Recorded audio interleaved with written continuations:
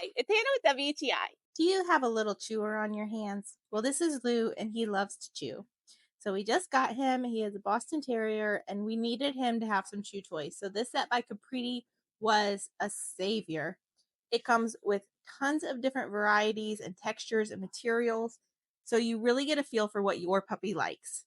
That was really important to me because if you buy one toy at a time, it gets very expensive. But this set is very cost effective, and you're guaranteed to have several that your puppy will like.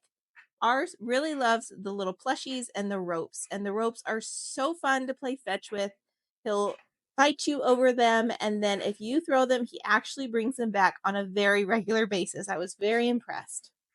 I also like that there's so many because we misplace them all the time, but because there's so many, you can always find one handy. When he starts chewing on us or our furniture, these are bright and fun, and he easily will get distracted and start chewing on these instead.